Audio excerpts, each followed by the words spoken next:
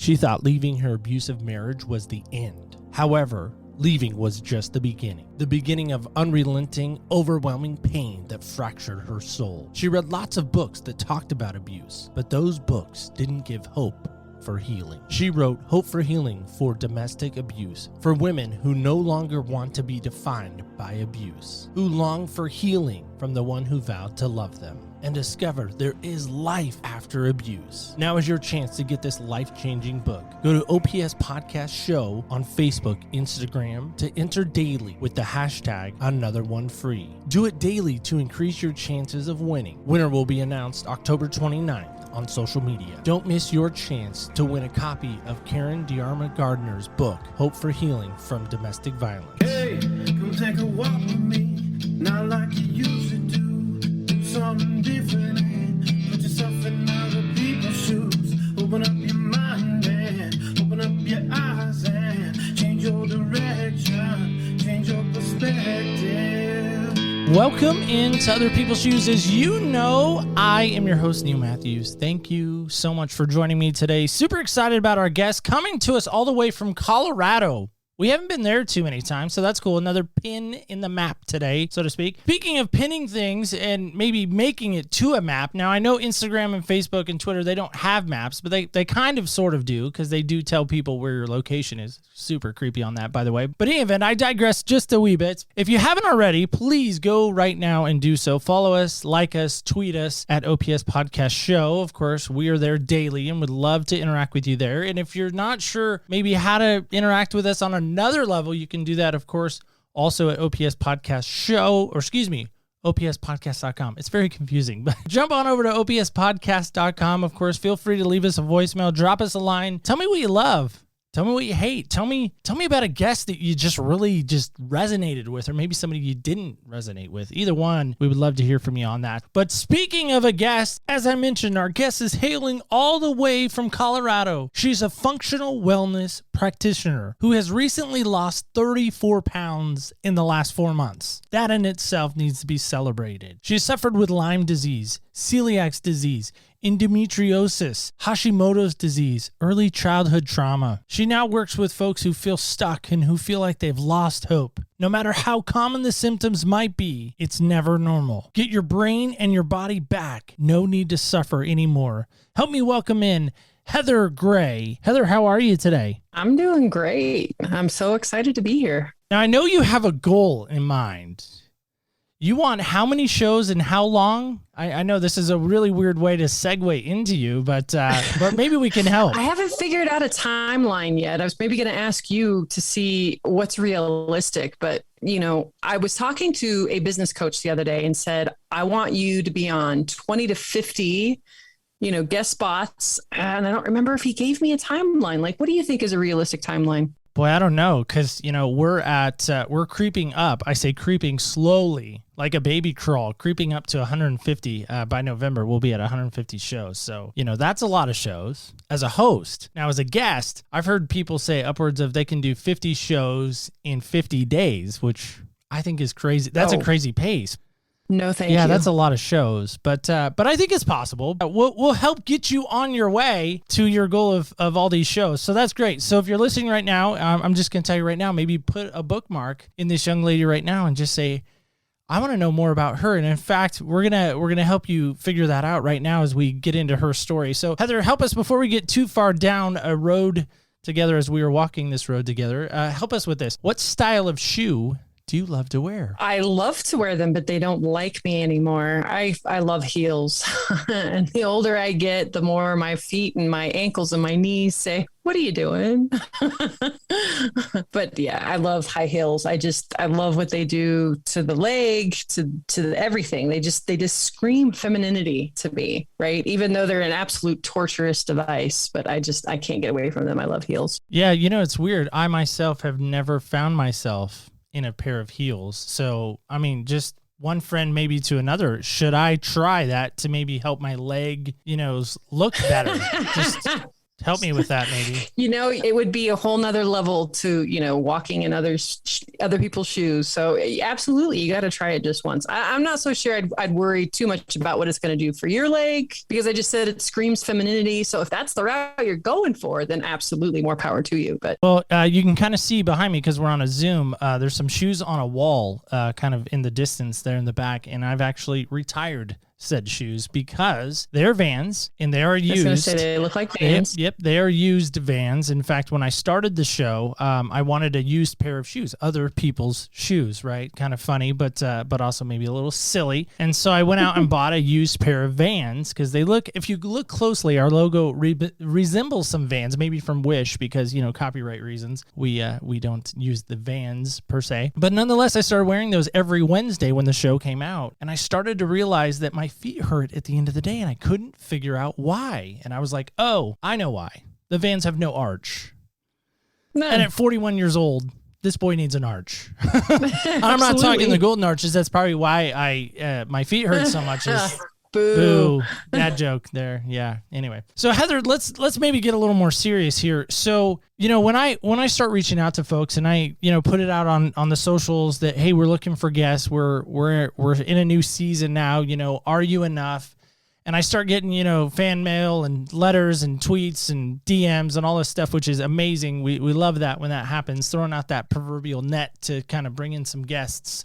Is there been a moment in your life where you really maybe struggled, or maybe there was a time or a span of time that really you sat down and maybe it wasn't even a sit down. Maybe you were just in a bad season of life, or maybe even a good season of life. I don't know, because again, everyone's different.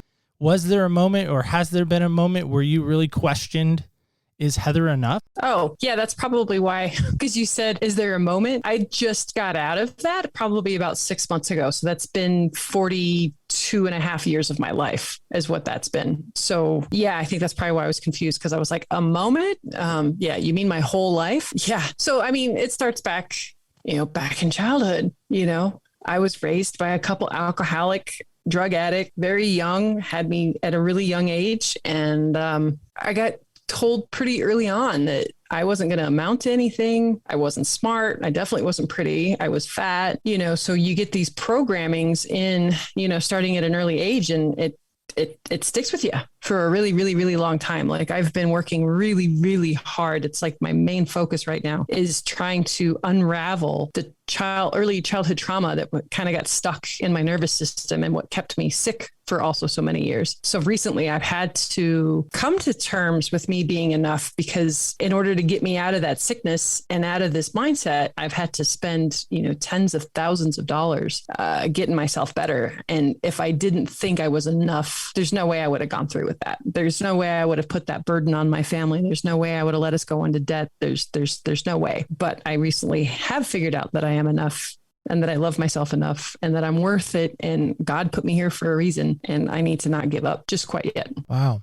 It's kind of interesting that you're still kind of working your way down that road, right? It's always a work in progress. So I had Lyme disease that was undiagnosed for like 25 years. I had celiac disease that was undiagnosed for 20 years. I have Hashimoto's, endometriosis, and then you put together the perfect storm of the early childhood trauma, and it's just made a total mess of things. And I recently, so for years, I've been working on the physical, right? But I never addressed the trauma. I never addressed the brain. I never addressed, emotions.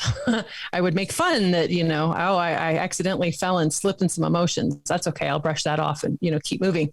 But by doing that, it kept my body sick. So I'd get so much better physically, but then end back up at the set point 6 months to a year and a half later. And I couldn't figure out why. And this year has really been they call it like a dark night of the soul type of moment, where I've just been peeling back those nasty, nasty layers that I never wanted to deal with, because I know if I don't, I'm going to lose everything again. I'm going to lose my phenomenal husband, my amazing stepson, my kid. I've built a pretty decent life so far. And if I didn't get help, I was definitely on the path of blowing stuff up again. So help me with something, if you wouldn't mind. I remember back being 9 years old. I have clear memories of that. I can tell you exactly where I was. I can tell you what I was feeling. I can tell you, what I was into. I can tell you all kinds of stuff when I was 9. I have friends, though, that have no memory of 9. None at all. They have no concept. They knew they were, obviously, because now they're,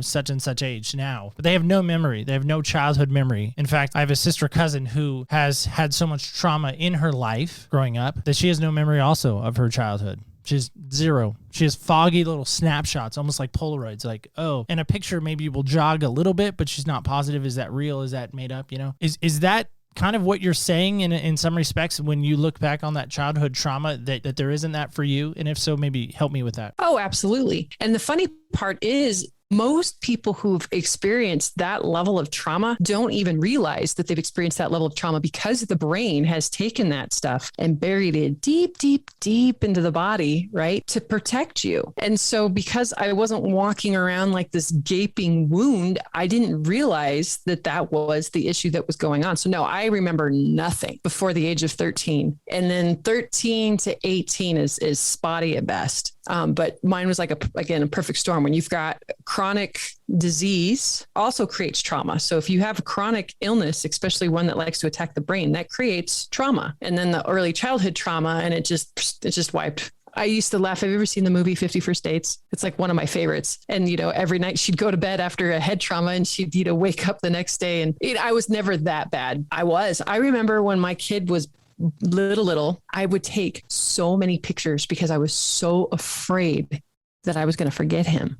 Right? Like I forgot little me, so I'm glad he was an only child at the time, because I don't know if I would have been able to afford the amount of photo albums that I had, for each kid. But yeah, absolutely. It's very, very common. And so I was gaslighted quite a bit by my mother as well. So not only not having these memories to begin with, but then anytime I would bring something up, she would tell me, "Oh, it wasn't that bad. And your childhood was," she always downplayed it and in true sense gaslighted me. So it's been interesting this year trying to peel back of what's like reality and what's not, right? Not trying to downplay stuff as much anymore, because that was the MO that I had growing up. It's like, no, that really hurt my feelings, right? That hurts. And I'm okay. I'm okay with that hurt. I don't want to say entitled, but yeah, I'm entitled to my feelings, right? Without you dismissing them. So it's been a beautiful little journey of self-exploration. And it is funny because you do think that you get to a certain point, I'm 43 and I feel like I'm just really starting to understand who I am for like the first time in my life.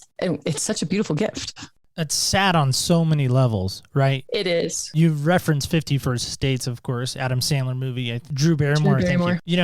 It's a comical movie in some respects, but we actually watched that recently with my 14-year-old. It's funny you would reference that movie, because my wife's like, "Oh, you got to see this movie. It's a cute movie," and the whole time I'm watching it, I'm thinking like I'm seeing this movie from a different angle. I always talk about a different perspective on life. I'm finally seeing like a different perspective on this character's life, which I know it's made up, and all that. But still, part of me was so sad for her.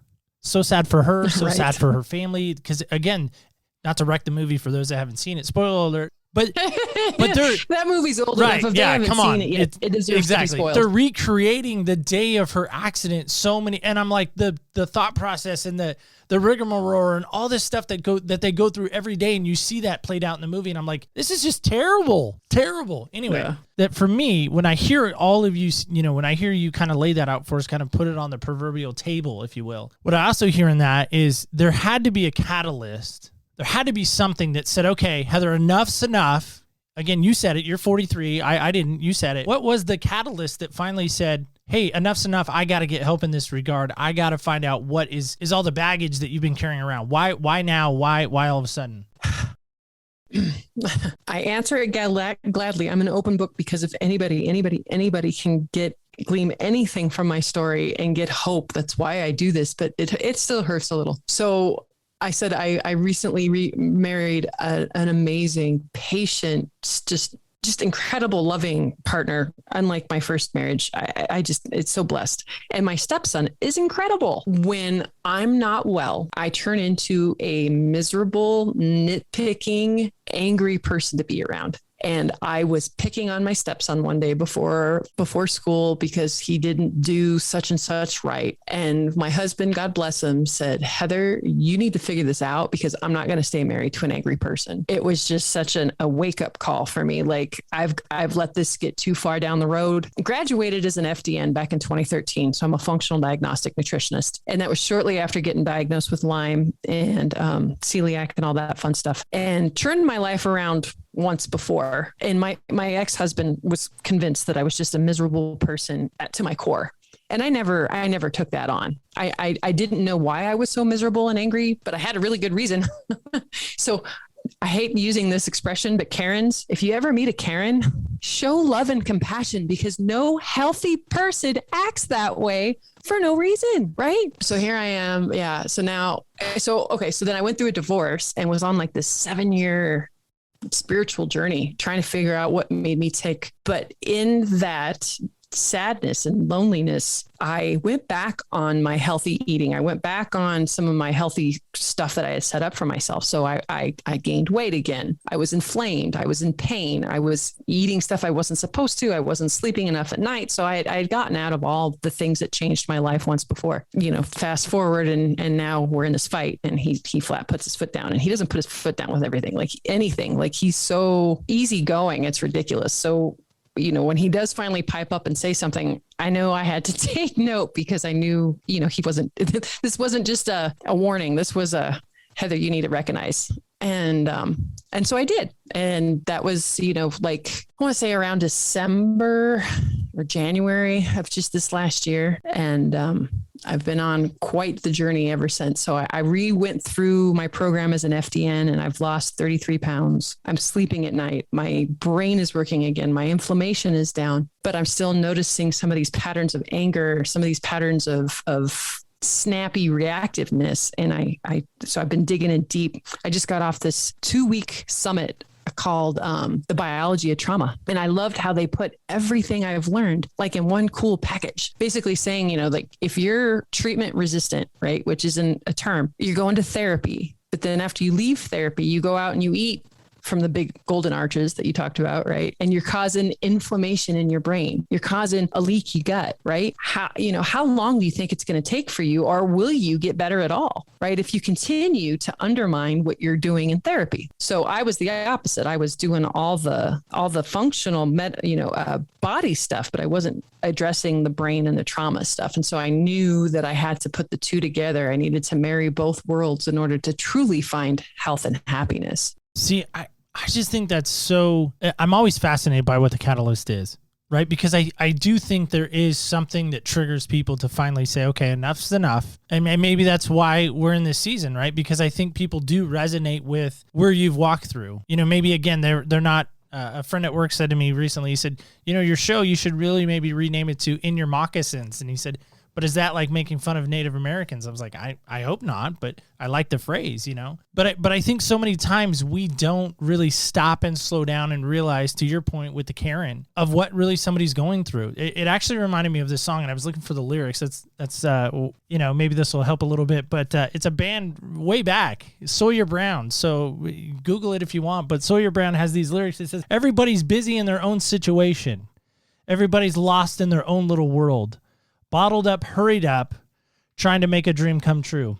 And then there's a little line in there that says, they don't understand. Everybody's living like there is no tomorrow. Maybe we should stop and take a little time because we really don't know what our neighbor's going through.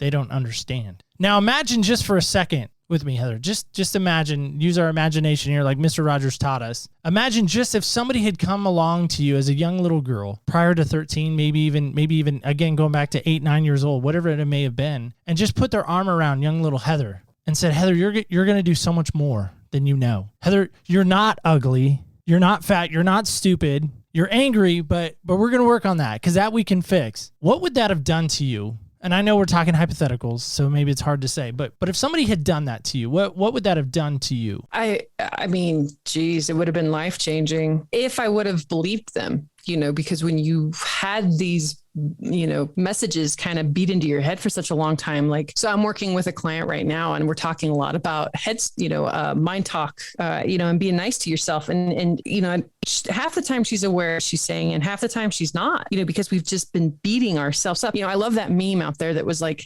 if beating yourself up worked, you would be fixed by now. All right. Like your life would be figured out by now if beating yourself up worked. Right. There was one incident I remember. I must have been 6 or 7, and we were in church, and a woman donated a dress for me so I could be in like the choir. And I remember that gesture of kindness, just like I had to know who this person was, but they left it anonymously. I think probably not to get in trouble with my white trash parents.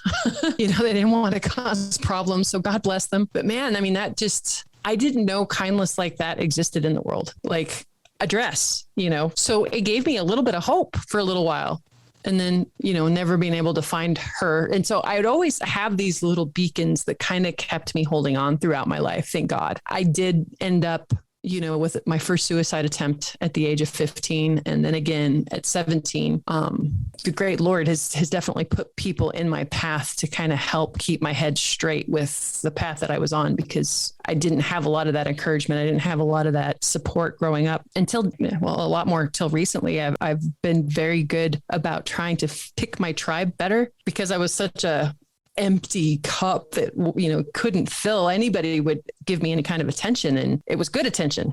No, that's not how that works. Right. That's how I ended up, married for 11 years with a man who tried to dump me every 3 to 6 months, and I would tap dance and try to tell him how worthy I was and how amazing I am and how I'll fix anything you want. I'll be better. Really the first time he tried to dump me, I should have been like, okay, see ya. Good luck to you. Nice meeting you. But help me with something. Suicide 2 different times. Walk me through those moments, if you wouldn't mind, if it's not too painful. Well, I had mentioned about my gaslighting mother, and both times were after a fight with her. And she had a way of cutting me down, lowest possible. Like I didn't know it could be possible to be that low. And I think part of it is when you're not seen, understood, cherished, supported by a parent, I think it hits even lower. So I'm in an argument with my mom, and instead of any kind of understanding, compassion, anything, she's cutting me down to the point where I am not seeing any way out of this, but that I should just check out, because I'm obviously a horrible, horrible piece of shit. And, even my own mother doesn't love me. So, why should I continue to go on? So a lot of that was that. And a lot of it was the combination of Lyme disease. The Lyme disease really likes to attack the brain, especially in a juvenile and the gut. And there's lots of research right now with the gut brain connection. So my gut was trashed for a very long time. So obviously I was low in a lot of, the neurotransmitters. And it was funny. I was watching this doctor talk today, and she said that there are people that are more predispositioned to be affected by trauma than others, meaning it's in our biology on kind of where our resilience is at. Like, that blew my brain. I was like, I'm sorry, what? And I know I have a methylation issue. So I know I'm not, my body's not operating the way that it should. And so, of course, some of these things that some people might be like, what are you reacting to that for? And it feels like the end of the world to me. That's just the way it felt. And when it feels that real, it's hard to logic your way out of that, if that makes sense. But a lot of it was just, like I said, just very low self-esteem. I'm very sick, malnourished, and getting into a fight with my mother, who just, instead of trying to build me up like good parents do, she tried to tear me down, and it worked. Wow. To me, suicide it's not something we should ever joke about or tease about, or, you should go, kill yourself or anything like that. And, first off, thank you for being candid enough to share that, I guess, or vulnerable enough to share that. I think that's probably the word I was looking for. But in that situation, there's so many things that just come to my mind about that. And, you brought up faith.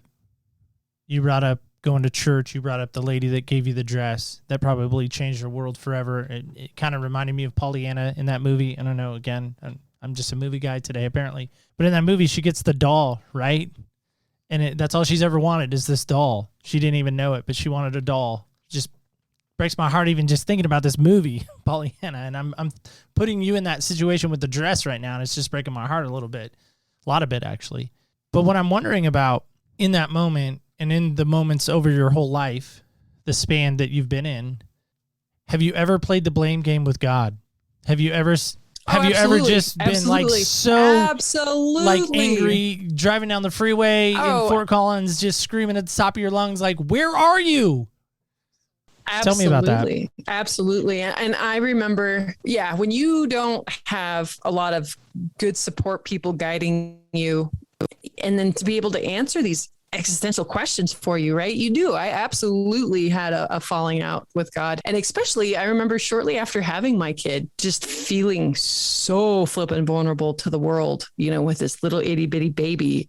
Oh my gosh. I remember talking to a pastor in a church I was going to at the time. And I asked them, I was like, please help me understand, why is there child rape? Why is there a sex trafficking? Why is there, all the evil in the world? I'm like, why? And he couldn't answer me. And that was a horrible day too. I stopped going to church for a while after that, because I was like, if he can't even answer me, then like what luck do I have to understanding any of this? Like, it doesn't make any sense to me. My whole life has been tragic and complicated and hard and painful. Like, why? And it wasn't until I started coming out of the other side of this a little bit that I could actually see my relationship with God again, that I could actually understand the why. It's still not something like I can tangibly like put to words. It's more of a feeling that I get of why things are the way they are and why they got to be. And there was one thing I remembered from a pastor who said, God, this stuck in my head so much. She said, you don't grow up on easy street. I lived, thank God. And I've got a lot of amazing gifts right now. The things that I'm able to do for other people and the way I'm touching their lives. I just recently got my stepson off of his ADD medications. When I met that kid, he was crawling out of his skin. He was angry. He was moody. His face was all broke out. He wasn't sleeping at night. And I moved in and I completely turned his life upside down. No wheat, no dairy, no sugar, off with the pops. We're not eating out, completely did a 180. And he thanks me for it. He will talk when we're out in public about what I've done for him. Like, my husband was 65 pounds heavier and was only sleeping 5 hours at night. And he was addicted to a lot of different little things. And he's done a complete 180, So like I said, that's why I want to do so many of these shows, is because if anybody gets any kind of beacon of hope from the crap that I've gone through in my life, then it's worth it. That's what I was meant to do. There's no way I'd be able to relate to my clients the way that I do now if I hadn't had these experiences, period, end of story. Yeah. Empathy is a powerful motivator, isn't it? And it is. I know even as you're kind of retelling some of that, I can see the emotion, but I think people can hear it in your voice too. I mean, I can see it on the Zoom, but I think people will obviously be able to hear it even in the recording. But going back to that God question, because I feel like I want to maybe kind of camp there for another moment or so if we're able to. Do you feel like, or do you know that you are truly enough for God's love? Oh, absolutely. He's like the one person, but like the one entity that I don't have to tap dance for. Not the one thing that I don't have to, prove that I'm amazing and look what I can do. And, like I've been doing my whole life between with my parents, my ex-husband, bosses, friends even. I used to have some of the worst friends. It's the only one that I can just be me. And I know that it's okay. Wow. That and my husband. Well, good. I was going to say, we got to mention him too, right? Because he is an amazing guy. Oh my God, what a gift. What a gift. What a gift. Yeah, that's great. Hopefully every husband can be a gift to their wife. That's my goal every day, is to be a gift to my wife, right? Yeah. 20 years. I hope I've been a gift to her. I don't know. She'll wow. That's awesome. She'll let me know. Of course, that just cost me $1 by mentioning her, but it's a new season, so I got to get a new bankrolling sponsor to pay for all my wife mentions. So I said at the beginning of the show when I first started that every time I mentioned my wife, I'd give her $1, right? And so she said to me recently, she said, have you ever gone back and counted how many mentions I get? And I was like, it's a lot. Because I love you. Awesome. I mentioned you a lot. I talked to you about, right? All at the same time. My daughter asked for $2, so I got to be careful on that. She's upping the ante. So I just think that's fascinating that you have finally found a way to get the help you need, and now you're on this mission to really go out and help other people. There's a great story. I'm not going to go into it too much, but I'm going to give it to you, Heather, something to some homework as a guest. I've never given a guest homework. You're the first. So here we go. Here's your homework, Heather, if you're willing to take the homework challenge. And it's super easy. Just Google when we get done, Google starfish story. And I want you to read it. And then maybe if you're willing, just reach back out to me and just tell me what you think of this story. It's called The Starfish Story, and then put like little boy, maybe that'll help it pop up. And then read that and then let me know what you think. Is it going to make me cry? It might. Just fair warning, that's why I'm not going into it right now. But I say that because when I'm hearing you talk and when I'm hearing you share your story and I'm hearing you talk about how you're changing lives and doing for somebody that was not done to you, to me, that's such a powerful message. And so with that, I want to give you an opportunity right now. If we somehow, in our amazing, promotion, creativity, we somehow created this amazing event for you in this little place. Maybe you've heard of it. I mean, I don't know. I mean, a lot of people are not sports fans, so I don't know. Canvas Stadium, am I saying it correctly? Have you heard of that? No? Okay. Well, maybe I'll help you a little bit. It's on the campus of Colorado State, so maybe I'm not saying it right. Okay, so the campus of Colorado State, they actually play football there, I guess. I don't know. Colorado State's not a powerhouse by any means, at least in my mind as a sports fan. So now all the Colorado State fans are sending me hate mail, I'm sure. But the seating capacity of said stadium is 41,000. I don't know if you knew that. Nice. So imagine just for a moment, we put you at the 50-yard line at the stadium. I'm sure there's maybe a Ram on the field because, they're the Colorado State Rams. And we put you on the 50-yard line. I give you this microphone and I say, Heather, here's your moment. And you got little girls from all walks of life. I say all little girls because I think deep down inside of us, maybe you'll agree with this. There's a little girl down deep inside of every woman that maybe is trapped, maybe has been stuck there, but that little girl is still down deep inside of every woman. I truly believe this. And so you got ladies from 15-ish, we'll back it up a little bit. We'll say from 12 to 65. 50-yard line, Heather. Spotlight is shining on you. What do you say in that moment to these ladies? Oh my gosh, what a big question. I like to start off by saying no matter how common a symptom may be, it is never normal. We have accepted a subpar way of living for way too long, and we've been inundated with commercials of this is part of a balanced breakfast. No, that's diabetes waiting to happen is what that is. A freaking glass of juice and a bowl of cereal and a piece of toast. I mean, it's all, well, like I told my client today, and she's like, oh, good, you're going to fix me. I said, honey, you're not broken, right? I said, but I do want to improve your quality of life because it can be improved. It's funny you brought up the little girl. That was part of some of the work that I've been doing over the past couple of weeks. I worked with a somatic experienced person, and I knew what she was doing because I've done enough emotional clearing work. Then I kind of played along, but I didn't quite know where she was going. And then she went into my inner child because she's like, can you find a place in your body where she can live, where she'll be safe? And I just started bawling. I said, no, there's no room in me right now. No, I don't have any room. And she goes, well, is there room somewhere you can put her on the outside that would be okay?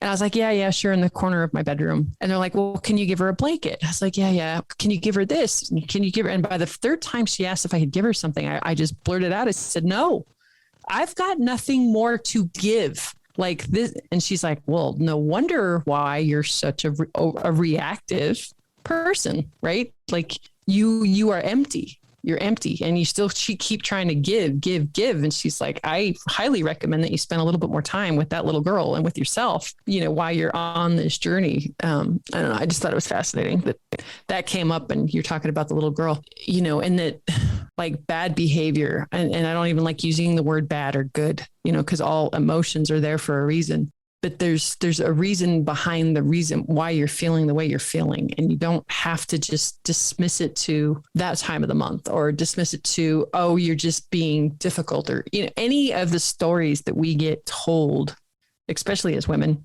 growing up. I like working with men though, too, because there's a lot of pain there and a lot of, through the Me Too movement, man, I was feeling a lot for my good brothers out there in the world, trying to do good in the world. Good though, but I think what you're trying to say, and help me with this maybe so I don't put too many words in your mouth, is that we don't have to stay where we are. I don't have to stay where I am. No, you don't have to stay where you don't are. Have to stay stuck. You don't have to stay stuck. We just came out of a season called, if the shoe fits, the proverbial, why are you there then? Because I believe Cinderella was stuck till the prince came along. Now really, the prince didn't come along to save her. I believe the glass slipper is what saved her. See? Yeah. It's a whole different take on that Disney story. But going back to you, if somebody's hearing you right now and they're like, you know what? what Heather's saying is actually something that could truly help me. How can I get in touch with Heather? How can I reach out to Heather? What can I do to know more about what she's about, and how can I do that? What is a good way to do that? My website's probably the best, www.discoveringhealthfdn.com. And it lays out all the packages that I do the testing on, and you can book a free consult. I love talking to folks and just, planting seeds of the ahas. Like I said, I was miserable for years. I was in pain for years. My brain wasn't working. My gut wasn't working, but I thought that was all kind of, quote unquote normal. And now I'm living at a level I never even dreamed was possible. Like, I'm happy, I'm thriving, I've got joy. There was never any joy before, right? I was just muttering through each day just to get through the day, right? I was surviving, I was not thriving, and you can thrive. And I think that's the key, right? Is that in life, so many times we want to stay stuck because we keep feeling like, well, we're just not enough. We're just not enough. Absolutely. And sometimes you just don't even know what you don't know, right? Exactly. So yeah. So if you are interested in hearing more about Heather and how she can maybe help you not only get unstuck, but really even understand that, hey, you are enough. So last question before we play a game together, because I really hope you want to play a game, right? You strike me as a kind of competitive person. I don't know why. I can be. All right. So last question for you. Imagine just, again, going back to that younger Heather. Maybe we'll even go the 15-year-old Heather. Maybe the dark Heather that was really battling and struggling and feeling beaten down. What would it have meant to you if your mom had just said, you know what, Heather, come here. Let me just give you a hug. I love you. I'm here for you. I want you in my life. Like, did a whole 180 on you. What would that have meant to you? It's having even a hard time landing just because it's so far off what happened. To get that woman to ever say she's sorry or admit that she did something wrong, and that'll be the day that hell freezes over. It would have put me on a whole nother path of self-love, right? Of feeling safe, because I never felt safe in that house. It would have meant a nervous system that wasn't completely on edge all the time. It would have mean that I'd learn how to relax and love unconditionally. I wasn't taught that either. So yeah. Okay. So I'm going to take an extra liberty here.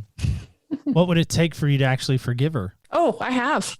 I do not have contact with her because the last time, she's still a bully and likes to, I have finally learned healthy boundaries. For a while, I felt guilty, so guilty, because who doesn't have contact with their mother and father after they give them the gift of life, right? But man, if they're going to be toxic, I'm so forgiving. Like, I'm ridiculously forgiving. If she would call me up tomorrow and say, Heather, I'm sorry. I didn't mean to talk to you that way. I was having a horrible day, blah, blah, blah, anything like that. I would be like, okay, let's talk about this. So no, yeah, I've forgiven her. I've forgiven him, but I don't have space in my life because I actually do really like myself right now. And I absolutely will not put up with being talked to or treated that way. So yeah, I have forgiven her and I wish her the best. And I also know that hurt people. And I know my grandmother, her mother was absolutely horrific. And her mother before that was a nightmare. So I came from a long line of angry, miserable women. And I'm finally trying to put a stop to that cycle. Like it with me, it needs to stop. And that's something you could probably help some other people with, I would imagine, as well, right? There we go. Absolutely. All right. So Heather, thanks so much for coming on. Really appreciate it. Absolutely. I had a great time. Thank you.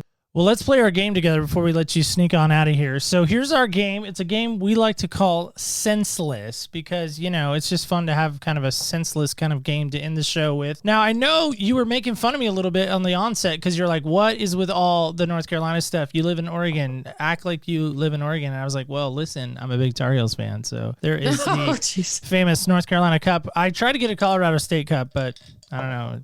Amazon, they mess up orders from time to time, apparently. So here's our game, Senseless. By the way, Heather, you're talking about health and balanced diets and celiacs and Lyme disease. I'm guessing somewhere along the way you found out we had how many senses? How many senses? 6? We have 6 senses? Can you name? 5? Like, what do you mean? Yeah, I just was wondering, like, how many senses does the body have? I just was wondering. Touch, taste, smell, hear, and I think they're considering intuition. So is that 5? That's 5. All right, good. 5. I've heard 6. I've heard 10. I've heard all kinds of different answers. I've heard as little as 3. So I don't know. We just really, as a society, think we need to settle on how many senses we truly have. But nonetheless, I think we have 5. So there we go. And so we have this game called Senseless. So we're going to roll a die. It is a die. See, you can see it in there. Look, it's in the cup. So I'm going to roll this on your behalf because you're not here. Because, it'd be weird. Maybe. I don't know. No, it'd actually be kind of fun if it was face-to-face. But here we go. Number 4. There it is. Proof. Okay. All right. So, Heather, kind of weird that the die might know what we've been talking about. It's always weird when that happens to me. It's very kind of spooky on some levels. But here we go. What sound or noise do you love to hear? A cat purring. Why on earth, of all the noises and sounds in the world, is it a cat purring? Oh my gosh. There's like scientific evidence that are showing that it resonates at like an amazing frequency that's calming. And so when you talk to a person whose nervous system has been trashed and they've been stuck in the sympathetic mode, the gas on, fight or flight, right, their whole life, anything that's calming is always very welcoming. So I would say a cat purring, the sound of the ocean, and babies laughing. Like those are probably my top 3. Babies laughing. That's a good one. Nobody's said that one yet. So, Oh my gosh. I used to save this one YouTube of this woman who had like triplets or something. And the dad was doing something goofy and getting them all laughing at once. Like every single time I would cry. I was laughing so hard. I just, it like warms my heart. But it's also just hilarious at the same time. Just at the innocence. That's funny. I think babies laughing is right up there with one of the coolest sounds on the planet. Some even say dolphins, which I don't know, but I've never heard one in real life, so I can't compare. Yeah, dolphins do make a very unique sound when you hear it in real life, opposed to like a recording. So just so you know, yeah, food for thought on that. So Heather, last thought is yours. What would you just say in closing? Just you get the final thought, and then I'll wrap us up with my final thought. You are enough. Compassion starts with you. You've got to love yourself first if you want to get unstuck, and the only way out is through. You can't bypass any steps. Sadly, there is no quick fix. You just got to have the faith.